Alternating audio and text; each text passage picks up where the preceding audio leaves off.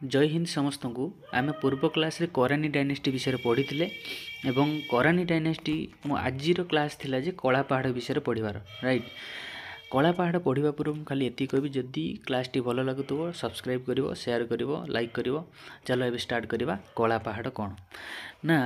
कला पहाड़ real name वास्तव नाम कौन थिला ना राजीव लोचन राय। राजीव लोचन राय जहाँ को मध्य कलाचाँद कहुए जहाँ को मध्य कलाचाँद कहुए सी जड़े कौन थे ना बेंगली ब्राह्मण थे बेंगली ब्राह्मण थे।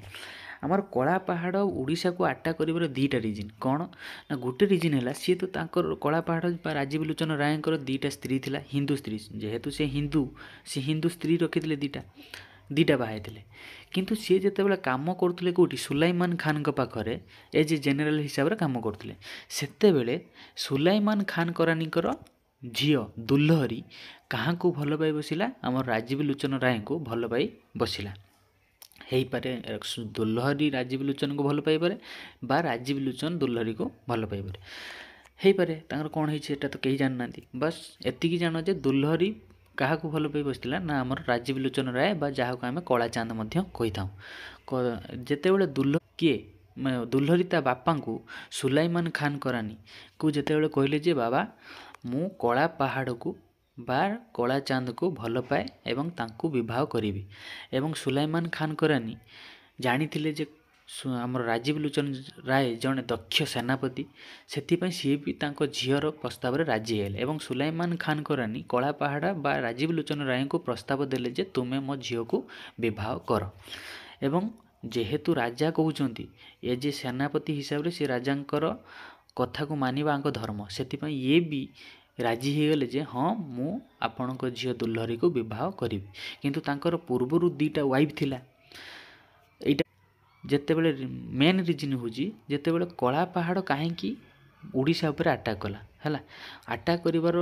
प्रथम रिजन है कला पहाड़ जिते बड़े मुक्ति मंडप को आसी निजर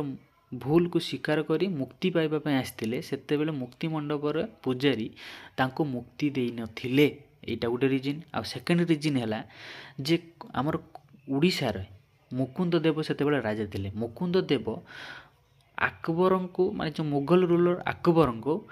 सहायता पाई हाथ बढ़ाई एवं तांको भितर गोटे बंधुता स्थापन होता जेहेतु करानी डायनेस्टी को अटैक करथिले कि माने मुगल रूलर माने सुलाइमान खान करानी अकबर सहित पड़ू नथिला एटा गोटे रिजन जे कला पहाड़ कहीं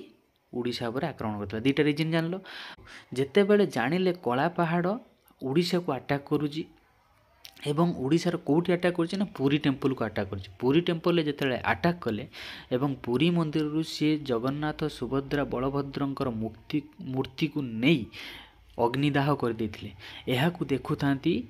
विशेषर महांती जी की देखिबो एबे ओडिया गोटे मूवी अछि नवकलेवर जोठी विशेषर महांती एक्टिंग रे अछंती हमर सिद्धांत महापात्र राइट सेठी कोन हेछि ना जेतेबेले शवदाह करी ताकू समुद्र रे भसई देले ताहा भासी भासी जाई गोटे केउट घर आगरे लागितला केउट घर से केउट कौन करथिला ना से सब हमर मूर्ति को नहीं तांको पाखरे रखिथिले एहाको विशेषर महांती जेबे जानिले विशेषर महांती तांको घर को जाई सेठू ब्रह्म आनिले एवं ब्रह्म आनी एवं ओडिशार जो मुकुंद देव को कही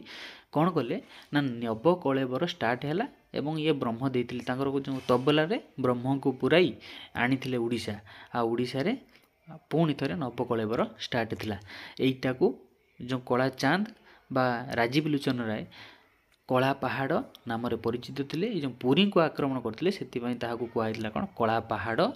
पुरी को आक्रमण करते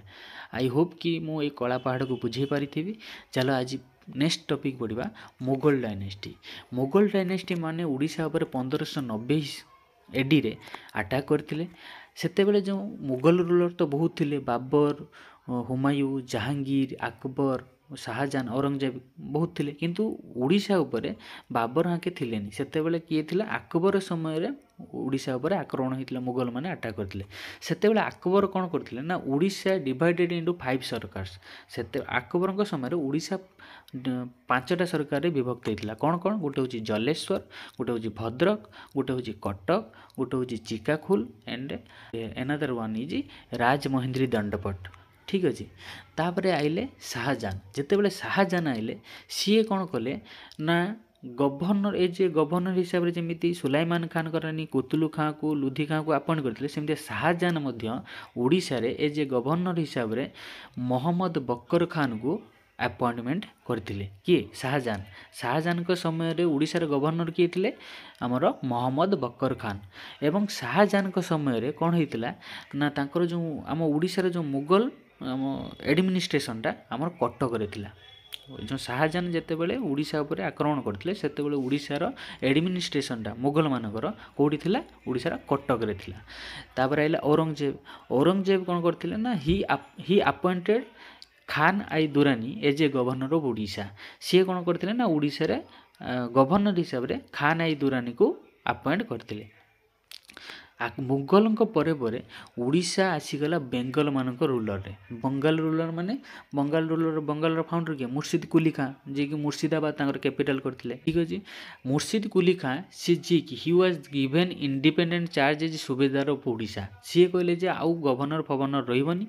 आमे एबे ओडिशा उपरे सुबेदार रखिमु सुबेदार रखिले एवं सी कौन है से समय ओडिशा डिवाइडेड इनटू 6 सरकार्स अकबर के समय 5 सरकार्स थिला आ मुर्शिद कुली खां जे बेंगल रूलर एमाने कौन करथिले ना ओडिशा को 6 भाग रे विभक्त करथिले कौन कौन गोटे हूँ जलेश्वर गोटे हूँ रेमुणा गोटे हूँ बस्ता गोटे हूँ Malghetia and another one is Markhari right